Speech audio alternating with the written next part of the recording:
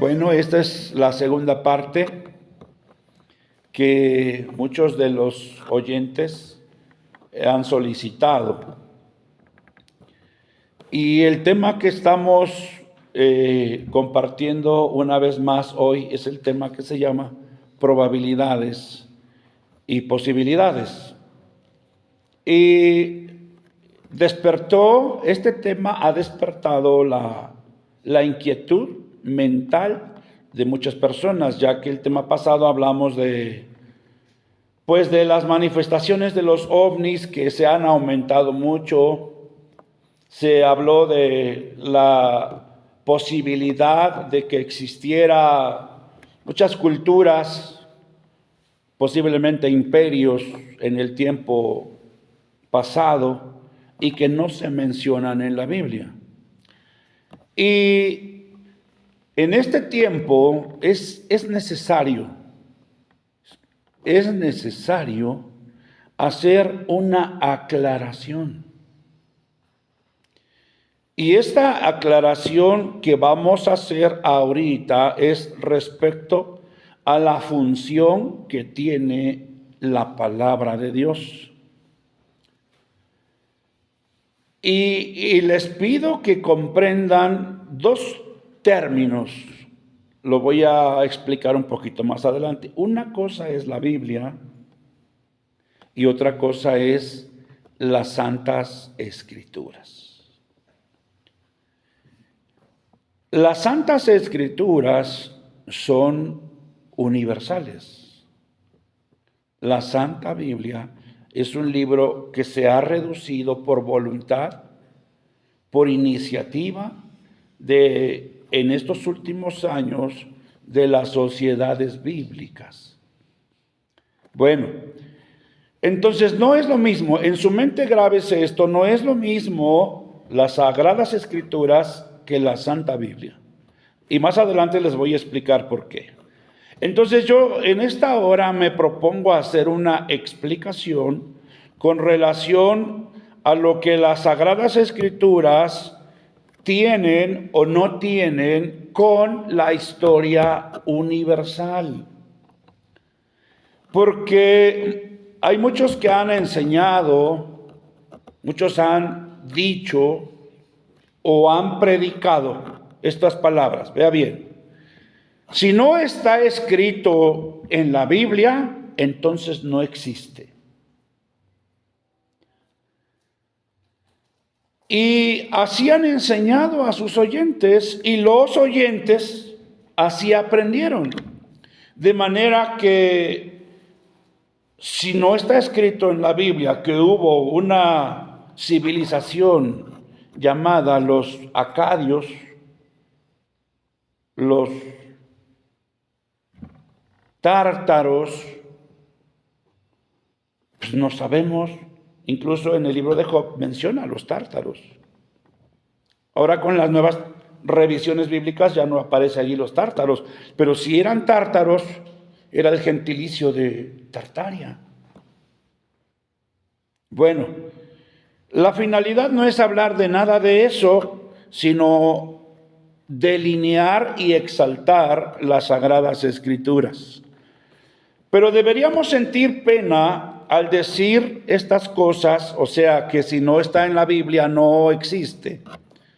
Deberíamos de sentir pena decir estas cosas porque no hay una mejor muestra de la ineptitud de una persona que cuando justifica o como cuando justifica su falta de conocimiento y su falta de sabiduría. Algo que se debe retomar una vez más y mencionar es que el pueblo de Israel es el pueblo que nos heredó a nosotros y al mundo entero las Sagradas Escrituras. A ellos se les confió la autoría. Los hombres que escribieron las Sagradas Escrituras fueron judíos, fueron israelitas. Y ellos establecieron modos de enseñanza. Y por eso el salmista, en el Salmo primero y en otros salmos más, dice, bienaventurado aquel que en su ley medita de día y de noche. ¿Por qué? Porque en las escuelas israelitas, el Hamikdash o la yeshiva, las academias de estudio, lo que en el Nuevo Testamento se llamó como sinagoga, estaban abiertas las 24 horas. A las 6 de la mañana se les comenzaba a dar la enseñanza a los niños y terminaba hasta las 6 de la tarde. Venían niños de otros pueblos a donde hubiese una escuela de enseñanza, y no era para aprender las tablas y aprender a leer, sino era para aprender los principios de la palabra de Dios.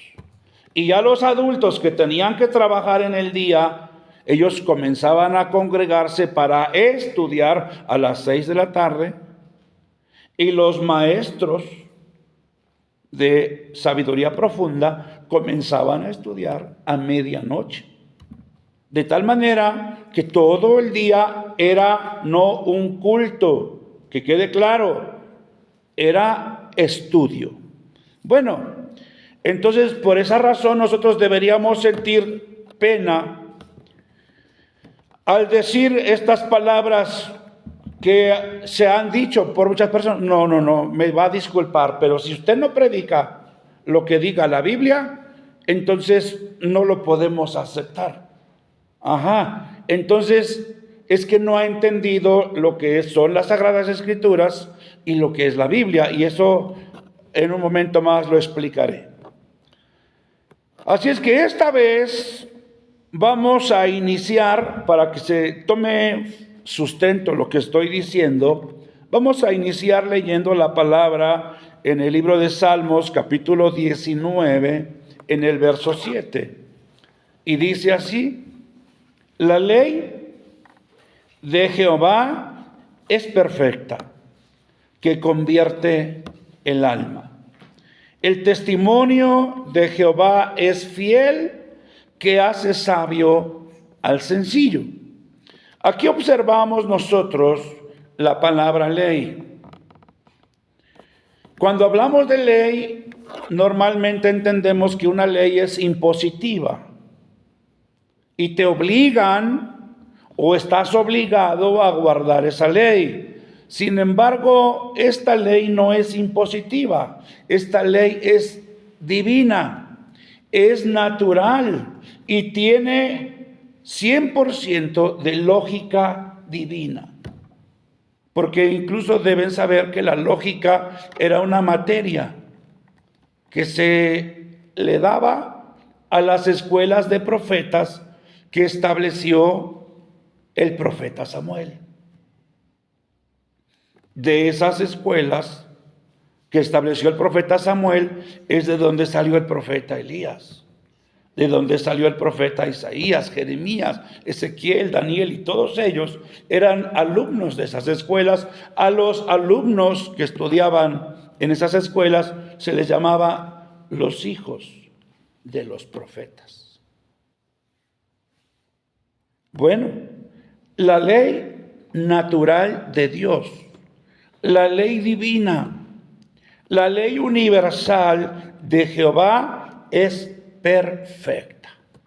Amén. Y cuando se dice que es perfecta, quiere decir que es incuestionable su estructura, es incuestionable su integridad, su integración, su presentación y su resultado. No hay una persona que pueda refutar, a pesar de que haya quienes quieran contradecirla. No hay cómo, no hay con qué. Y luego dice: el testimonio de Jehová es fiel, que hace sabio al sencillo. La ley de Jehová es perfecta, que convierte el alma. Oiga bien, la palabra eterna de Dios tiene una función que es convertir. Y si ustedes quieren entender qué es convertir, es transformar. Por eso muchas personas vienen al Evangelio ahora y pueden cantar bonito y cantan mucho, pero no leen la palabra. Y no dice que los cantos a Dios son perfectos. No, está diciendo la ley de Jehová es la perfecta. Y por eso muchas personas están en el Evangelio de 5, 10, 15, 30 años y sus vidas siguen igual. ¿Por qué? Pues porque saben cantar, posiblemente saben orar, pero no conocen la palabra. Y si no aman la palabra, pues ¿de dónde va a venir la transformación? Bueno, la palabra de Dios tiene un propósito específico y ese propósito está declarado a los hombres en diferentes tiempos. Primero que nada, como número 1 dice ahí en el verso 7, convertir el alma, es decir, transformar el corazón, transformar la mentalidad, transformar el razonamiento y el comportamiento de todo hombre. Si no hay palabra, no hay nada. Así de fácil. Una cosa es que vengan a la reunión y que estuvo alegre, que estuvo bonito, pero da el caso que en la mayoría de las congregaciones, a la hora de cantar, qué bonito se oye, pero a la hora de hablar de la palabra, qué aburrimiento, qué pesadez y qué sueño les da. ¿Por qué? Porque no han sido transformados. Porque no ha habido un deseo que nazca de su corazón. Y esto no solo sucede ahora. Jesús y Pablo decían, han cerrado su corazón y oyen pesadamente. Quiere decir, tienen mala gana de oír. Ese es un problema de todos los tiempos. No fueran chistes, no fuera otro tipo de comentarios, porque hasta atención ponen, si hacen ruido, cállense, cállense, porque hay ganas, pero a la palabra de Dios no hay ganas. Entonces, por eso no hay transformación. También la palabra del Señor dice aquí, transforma al hombre que se consagra al estudio de ella. Lo hace sabio. Lo hace sabio. Pero la persona que no ama la palabra, por muy sabio que se quiera proclamar, sentir o convertirse en sabio, no hay manera de que sea sabio. La palabra eterna del Señor es un manual de asesoría. Y como manual de asesoría, para que el hombre sea perfecto. En este tiempo se han multiplicado los libros que hablan como dentro de la clase de superación personal. Y las personas leen buenos libros de buenos escritores. Pero escuchen esto. No toda la palabra de todos los escritores es palabra con iluminación divina ni con inspiración del Espíritu de Dios. La palabra es la única que goza de el respaldo divino y por eso es viva y eficaz. Las demás escrituras de los hombres contemporáneos que quieren contribuir a que la sociedad sea mejor y se contraataque un poco de tanta depresión, tanto aburrimiento, tanta mala administración y todo lo malo de nuestra sociedad. Qué bueno que haya hombres que estén promoviendo la superación personal, pero ¿qué creen? Que el Salmo 19:7 dice que la palabra, la ley de Jehová es perfecta en eso. Bueno, entonces La palabra es un manual de asesoría para que el hombre sea perfecto, pero hay otros temas que no expone, porque no contribuyen al propósito que es transformar. Es decir, todos los desarrollos, todas las manifestaciones y todos los libros de historia universal, incluyendo algunos libros de profecía, entre ellos se puede mencionar las profecías de Nostradamus, que por mucho tiempo fue criticado Nostradamus dentro del pueblo evangélico. Y yo no soy seguidor ni proclamador de las profecías de Nostradamus, pero él era un profeta que provenía del conocimiento de los profetas. Porque si no reconocemos que la revelación de la profecía proviene de Dios, entonces implícitamente le estamos concediendo que la profecía viene de parte del enemigo o del lado contrario de Dios. Es decir, no puede ser que la profecía divina tenga dos fuentes, solo hay una. Y la única fuente es el Señor. Pero nadie nos habló si Nostradamus era de origen judío, de origen hebreo, de origen israelí.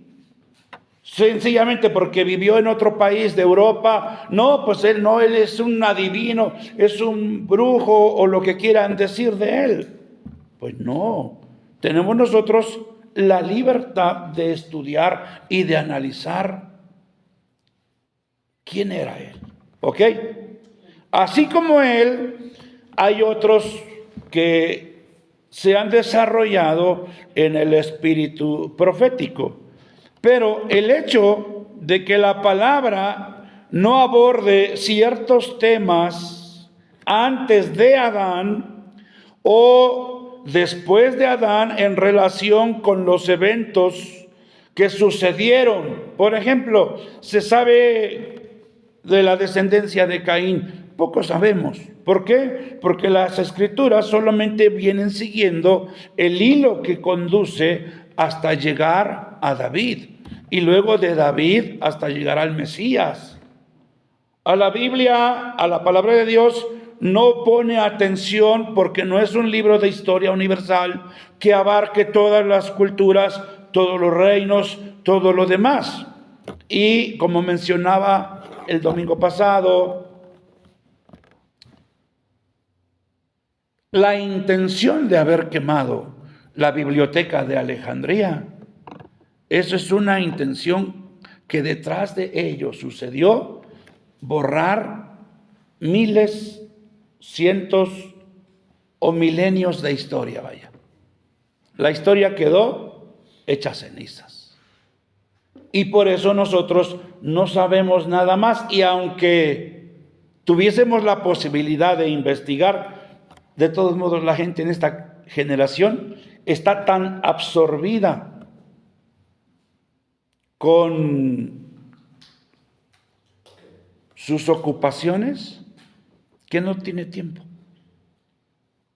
En este tiempo, con lo que más batallamos es con la concentración mental. Uno está tan comprometido con los negocios de esta vida, con las compras, con las deudas, con los hijos en la escuela. Ahora se enferma uno mucho más rápido, el trabajo te absorbe y lo que una persona en este tiempo quisiera es trabajar más para ganar más, tener más dinero y ya la mente ya sabe que cuando llega a casa la persona llega a descansar, llega a dormir, se desconecta y no quiere saber nada. ¿De dónde pueden tomar tiempo para agarrar un libro, para leerlo, para estudiarlo? No hay tiempo para eso, no hay ganas para eso, no hay voluntad para eso. Por esa razón, el criterio de esta generación está tan reducido que no tienen una gran cantidad de cosas en las cuales pensar, en las cuales entender, en las cuales creer. Pero de todos modos, el desenvolvimiento de la historia bíblica no quiere decir que deba de ser conocido en todos los paralelos, en todos los flancos que se vivieron. Porque de todos modos sucedió, pero vivimos como si no hubiese sucedido nada. Pero tenemos que reconocer que la finalidad de la palabra no es informarnos, sino la finalidad de la palabra es transformar persona por persona. Y lo vamos a explicar ahorita. Dice, es necesario explicar esto, que estos dos pronunciamientos se dijeron antes de que existiera la Biblia. Y son estos dos que van a escuchar. Juan 5:39. Todo mundo lo sabe que Jesús dijo, escudriñad las Escrituras, porque a vosotros os parece que en ellas tenéis la vida eterna. Y luego dice, ellas son las que dan testimonio de mí. Si en este tiempo le preguntamos a un creyente, a un cristiano, le diríamos, ¿qué escrituras son las que se tenían que escudriñar? Y él tomaría su Biblia y diría, estas. Y le voy a decir que, ¿qué creen? Que no existía el libro que el cristiano tiene en sus manos. No existía. Eran otras cosas a las que Jesús se refería. No eran esas. Porque la Biblia vino a ser escrita como en una forma original distinta a esta, en lo que transcurría el cuarto siglo. Hay una pequeña diferencia de 330, 340 después de Cristo. Imagínense ustedes, los que me conocen pueden decir, conocemos al pastor, ha estado aquí, ha venido, hemos comido juntos. Pero ¿qué va a decir la gente de mí de aquí a 400 años? Pues lo que oyeron lo van a recordar mal. A eso en este tiempo hay un juego que se llama el teléfono descompuesto. Tú dices una cosa y después de que ya va pasando por 10 personas ya no dice lo mismo. Entonces, ¿qué nos da la seguridad a nosotros de que lo que estamos leyendo fue lo que originalmente se dijo? No tenemos cómo comprobar eso. Entonces, por esa razón, Jesús explícitamente dice, escudriñen las Escrituras. Y ustedes dirán, bueno, ¿cuáles son las Escrituras? Voy a decir de manera rápida que lo que se manejaba en ese entonces era el Tanaj, la Torá, el Talmud, la Mishneh, el Midrash. Esos eran los libros que se estudiaban en la yeshiva, en las escuelas de estudio. Hoy hay grandes voluntades de corporaciones que dicen, vamos a regalar Biblias. Y están regalando Biblias. El asunto no es regalar una Biblia, el asunto es enseñarles el contenido o a estudiar la Biblia. Hay personas incluso que nacieron en el camino del conocimiento del Evangelio, que no han leído la Biblia ni una sola vez. Y ya tienen años de conocer el camino de Dios. ¿Cómo van a lograr una transformación si no la han leído? Bueno, el siguiente versículo que voy a mencionar está en 2 de Timoteo, capítulo 3, versos 16 y 17, que dice, toda la Escritura es inspirada por Dios. Oiga bien, toda la Escritura. ¿Cuál toda la Escritura? Pues toda la Escritura proveniente de los escritores que el Padre Eterno les autorizó que fueran los escritores de las revelaciones que Él quiso mostrar. Y esos escritores, ese derecho de autoría se le concedió al pueblo de Israel. Toda la Escritura. Entonces, si dice toda la Escritura, ¿por qué no entró el libro de Jacer? Pues, si ahí en Josué está mencionado el libro de Jacer, en el libro de Reyes está mencionado el libro de Jacer. Los predicadores hablan de Enoc. Enoc caminó con Dios, Enoc un hombre de Dios, un santo que fue transpuesto, fue llevado al cielo vivo. Ajá, él escribió libros. ¿Por qué no los ponen en la Biblia?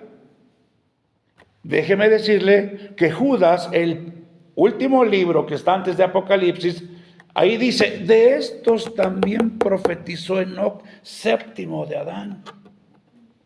O sea, quiere decir que Judas, Pablo y toda esa generación de apóstoles, de siervos de Dios, conocían el libro de Enoc. Hoy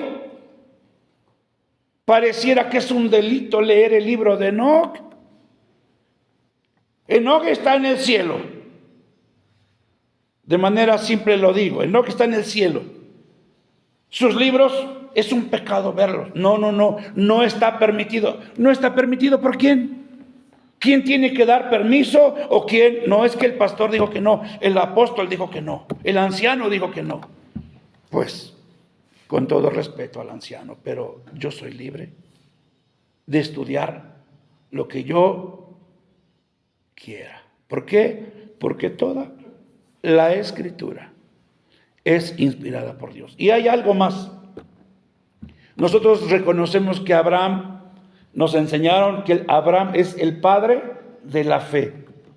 ¿Y qué creen? Que hay muchos que ni siquiera saben que Abraham escribió un libro. Es el Sefer Yetzirah. Es un libro totalmente científico. Está escondido. El pueblo evangélico no sabe que existe ese libro. Y si ahora está sabiendo, los que saben, déjenme decirles que lo pueden leer 5 o 10 veces y no lo van a entender. Por supuesto que ya lo leí. No es un libro entendible, al menos no en la mentalidad contemporánea.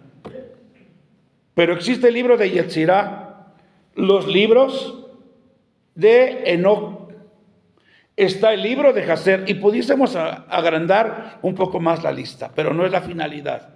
Lo que quiero que sí entiendan que es la finalidad, lo que dice aquí, toda la Escritura es inspirada por Dios. Esos libros que no entraron en el canon bíblico son inspirados por Dios. Y claro, a alguien le conviene que no los lean. Porque claro, si los leen, van a despertar. Si los leen, les va a nacer el deseo de saber. Y no nos conviene que el pueblo sepa, mejor que ignoren. Y aquí los tenemos controladitos. No, hombre. Bueno, aquí dice, toda la Escritura es inspirada por Dios y útil para enseñar. Ahí menciona 4 cosas. Enseñar, para redarguir, para corregir, para instruir en justicia. Cuando dice instruir en justicia, instruir en justicia es instruir correctamente. ¿Cómo saben? ¿Cómo puede saber uno si lo que recibiste por instrucción es lo correcto? Es posible que en los libros de homilética, fui maestro en un tiempo del Instituto Bíblico también. Tuve mis asignaturas, mis materias para dar. Y era lo que nos obligaba el sistema a decir. Y el libro de homilética con el autor tal. El libro de teología sistemática del autor tal. Y estudiando teología, escuche esto. Es la palabra de Dios, es inspirada y útil para ser instruidos en justicia. Cuando hablamos de justicia es correctamente.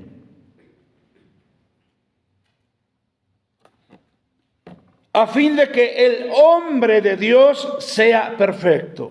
Sea perfecto.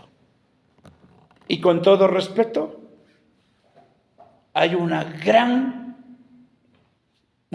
porcentaje de cristianos imperfectos. ¿De dónde van a venir la perfección si no están instruidos en la palabra? Enteramente preparado. Hoy le decimos a una persona: hermano, venga a cantar. Ay, hermano, es que no estoy preparado. Hermano, venga a predicar. Avíseme con 20 días o con un mes de anticipación. Con eso está más que claro que dicho que no está preparado para nada. ¿Y qué dice aquí? Que el hombre de Dios, la palabra, las escrituras, lo hacen que sea perfecto y que esté enteramente preparado para toda buena obra. ¿Qué dice el Salmo 19:7? La ley de Jehová es perfecta. Claro que no falla. El imperfecto es el hombre. El que no se compromete es el hombre. Bueno, estos dos versículos aquí mencionados, de ellos obtenemos las siguientes ventajas. Número 1, convierte el alma de las personas. Una persona que no lee las Sagradas Escrituras no va a cambiar, aunque le ore el apóstol fulano, el profeta fulano o todos juntos, no va a cambiar. Porque ellos no son perfectos. La ley de Jehová sí es perfecta. Número 2, hace sabio al sencillo. Y qué bueno que ahí pone hace sabio al sencillo, porque a muchos cristianos de este tiempo, si algo les falta es sencillez.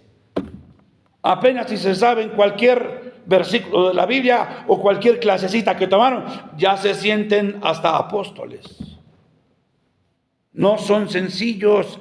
Y Salmo 138 en la parte final dice que Dios mira de lejos al altivo, pero Él atiende a los humildes. O sea, la palabra es inteligente, la palabra es sensible. Si alguien viene a la palabra con altivez de corazón, la palabra dice: no, hombre, no se abre. La palabra sabe quién la necesita. Número 3, hacer al hombre perfecto. Y número 4, completamente preparado para toda buena obra. O sea, la palabra es suficiente. Con la palabra lo tenemos todo. Con las Sagradas Escrituras lo tenemos todo. Pero, ¿y cuál es la diferencia? Pues que no tenemos la palabra, solo tenemos la Biblia. Y yo sé que puedo despertar polémica y controversia con lo que estoy diciendo, porque esto lo van a ver en otros países. Y en otros países como acá y en donde sea, el problema es el mismo. Tienen problemas de conciencia, problemas de visión, problemas de comprensión, problemas de entendimiento y problemas de conversión. No puede funcionar una iglesia que en Efesios capítulo 1 se presenta como la iglesia poderosa y perfecta con toda autoridad, y una gran debilidad, que es lo que manifiesta la iglesia. Ay, Dios mío. Bueno, la palabra de Dios es la que causa que el hombre se convierta en una persona completamente capacitada para toda buena obra. Es la palabra.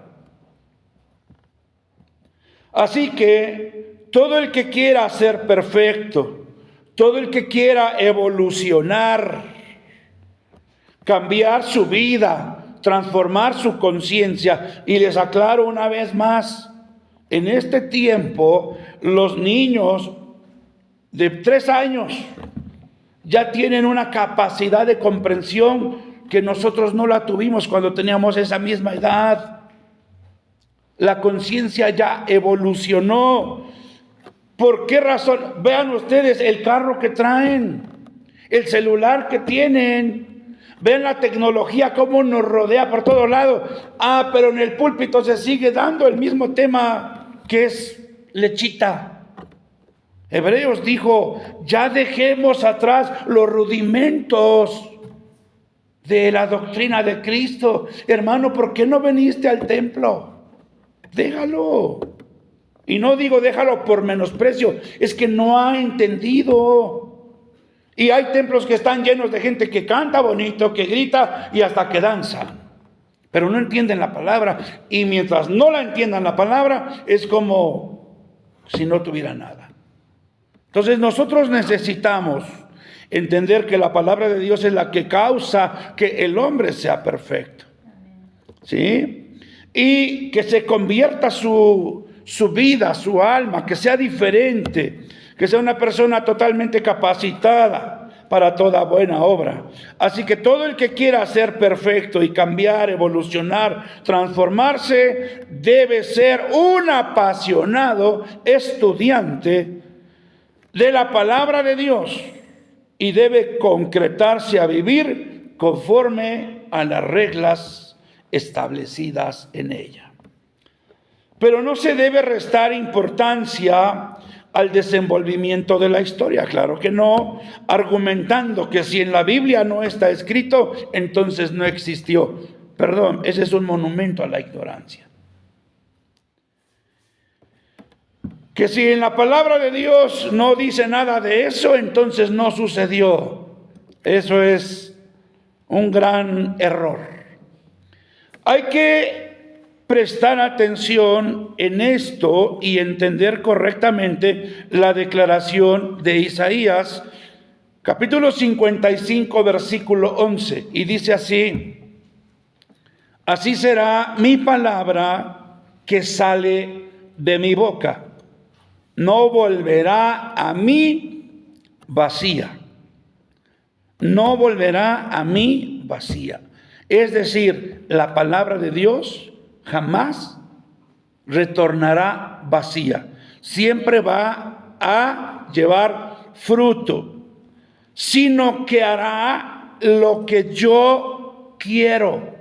Y déjeme decirle que en este tiempo es más que evidente que el hombre se ha negado a producir fruto. Por eso dice Romanos, la ira de Dios se revela desde el cielo contra toda injusticia de los hombres que detienen la justicia de Dios. Es decir, si Dios está reclamando algo en este tiempo, de mí depende si lo digo o no. Y como yo no quiero que me dejen de ofrendar, que me dejen de diezmar, les tengo que hablar bonito para que sigan viniendo. Esa es la actitud de muchos pastores, que no tocan la herida, no tocan la llaga, con tal que no se ofenda la persona que está ahí sentada. Y por eso detienen con injusticia la justicia de Dios. ¿Dónde vamos a llegar así? Cuando la trompeta suene, cuando el pueblo se ha levantado, pues, ¿qué decíamos al principio? Muchos van a retirarse avergonzados. Dice Mateo 24, 29, muchos se lamentarán. ¿Por qué le hice caso? ¿Por qué no me dediqué a buscar yo por mi cuenta propia lo que Dios quería para mí? Bueno, aquí dice, no volverá vacía, sino que hará lo que yo quiero y será prosperada en aquello. Cuando dice aquello, la palabra aquello define entonces la función de la palabra. Y la función de la palabra es transformar, convertir y hacer que la persona sea perfecta. Dice, y será prosperada en aquello para que la envíe. Ella tiene su propósito, entonces, tenemos que entenderlo así, y su propósito es convertir y transformar a la persona. Pero hay cosas a las cuales no fue enviada. La palabra no tiene esa función. Dios estableció un orden de que lo que el hombre necesita no es saber, sino ser. El hombre necesita ser lo que originalmente fue diseñado para ser. Y si alguien tiene dudas o no sabe qué debe ser, yo se lo digo. Génesis 1:26 dice, entonces dijo Dios, hagamos al hombre a nuestra imagen, lo voy a traducir, con nuestra misma capacidad, con nuestra misma autoridad, y señoré. En este día, con todo respeto, aunque se le diga, ahí viene un señor, pues no es señor, porque no señorea. Señoré en la creación. Esto es un tema extenso, sin embargo, no hay señorío en el hombre. ¿Por qué? Porque no sabe mantener ni recuperar la finalidad por la cual fue creado. Y a las mujeres en general les ha faltado la instrucción de la palabra, que se les diga para qué nacieron. ¿Y saben para qué nacieron? Para ser la ayuda idónea. Esa fue la declaración original. Le haré al hombre ayuda idónea. O sea, la mujer vino para ayudar al hombre, no solo para lo que han creído. La mujer es ayuda idónea y el hombre es el que va a mandar, el que va a señorear. En la palabra así está declarado. ¿Ok? Bueno, luego dice en Hebreos capítulo 4, en el verso 12, porque la palabra de Dios es viva y eficaz. La palabra de Dios es viva y eficaz. La palabra de Dios es viva y eficaz. Viva. Cuando decimos viva, no quiero que piensen que es una cosa viva como si fuera una planta, como si fuese cualquier otra cosa. Es más, hasta las plantas tienen sensibilidad. Hay una planta que si tú le hablas bonito, te corresponde. Y si la tocas, cierra su pétalo, sus hojitas se cierra.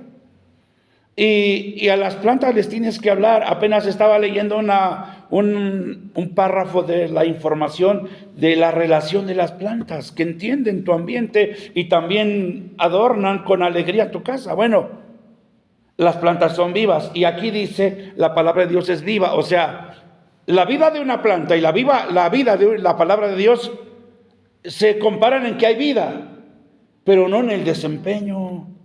Y si con una planta te alegras, con flores te alegras y te transformas, la inteligencia te indica que la palabra te lleva a mucho más. Entonces, la palabra de Dios es viva y aparte de eso le pone eficaz. ¿Qué es eficaz? Que no va a fallar, siempre va a dar resultado. Siempre que tú vengas a la palabra y la abraces, yo tenía mucho la costumbre de abrazar la Biblia y de besarla. Yo besé mucho mi Biblia cuando era un libro. Ahora es digital, pero la besé pues más que a mi esposa. ¿Por qué? Porque para mí la Biblia, la palabra de Dios, la Santa Biblia, lo es todo. Ella me quitó lo ignorante. Ella cambió mi vida, mi corazón. Ahora, gracias a la palabra, al Espíritu de Dios que mora en su palabra, mi vida se transformó. Como dijo Pablo, por la gracia de Dios soy lo que soy.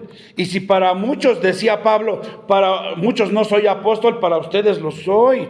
Y si para muchas personas yo no soy nada, pues es respetable. Pero para todos los que escuchan la palabra que comparto, para ellos soy lo que soy. Bueno, entonces la palabra de Dios es viva y eficaz. Y continúa el versículo 12 y la finalidad es que la palabra tiene una efectividad inimaginable. Es inteligente y también es sensible. Yo recuerdo de un personaje que cuando escuchó que yo estaba leyendo los libros sagrados escritos por el pueblo de Israel, ¿y qué? ¿Y qué tiene eso? A ver, ¿qué tiene? O sea, con desprecio jamás. Si un hombre joven quiere conquistar a una mujer hermosa y llega y la jalonea, y es que yo te quiero, y ven acá conmigo, porque va a decir, está loco. No va. Te invito a comer y cuidadito que me desprecies. No acepto un no. La muchacha hermosa va a decir, estás soñando. Hay que saber llegarle a una muchacha hermosa. Pues también hay que saber llegarle a la palabra con humildad, con sencillez de corazón. Padre eterno, necesito tu palabra.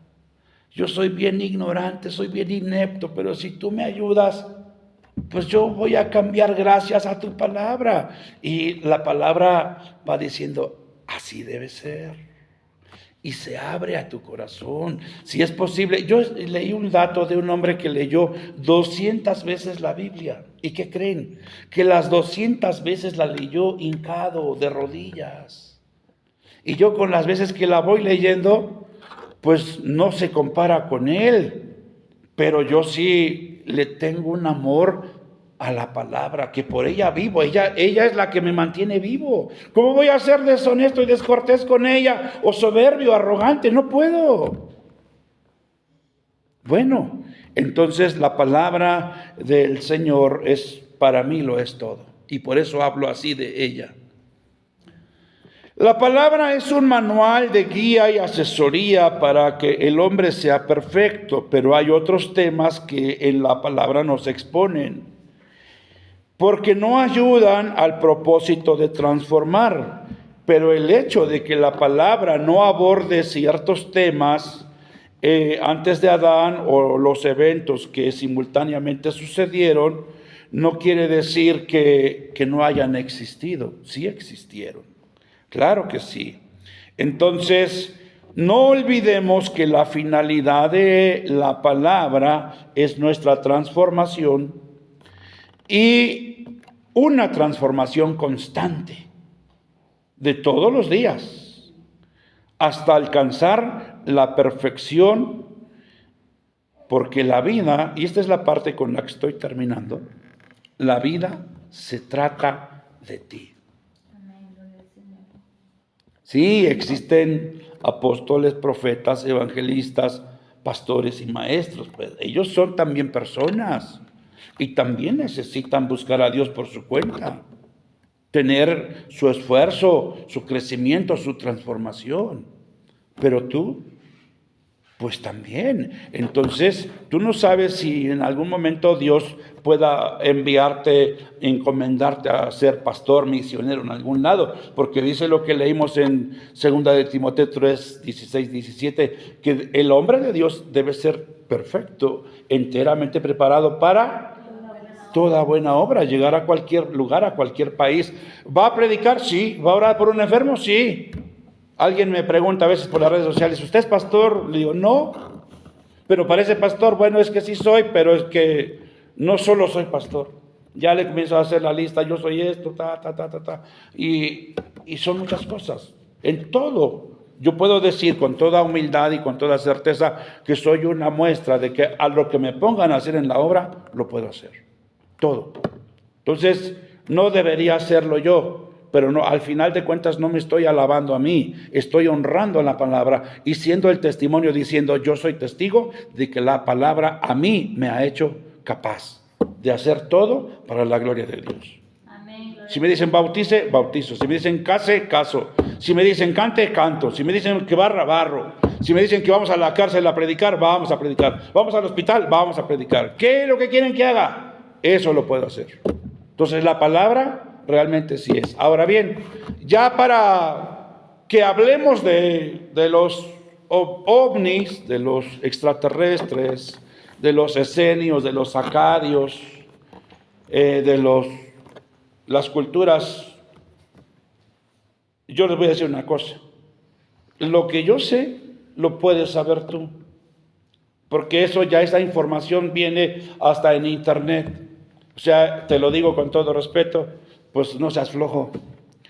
Compra tu internet, cómprate una buena cantidad de datos y navega y ahí le pones en el buscador, yo quiero saber de Tartaria, yo quiero saber de lo que quieras y ahí está. Porque yo no puedo tener un libro, ni me dedicaría a hablar de ese tipo de cosas, de la ufología y de un chorro de cosas. No es la finalidad. La finalidad de parte mía es ayudar a que la persona se transforme y cambie. Muchas gracias, que el Señor les bendiga. Gracias por su atención.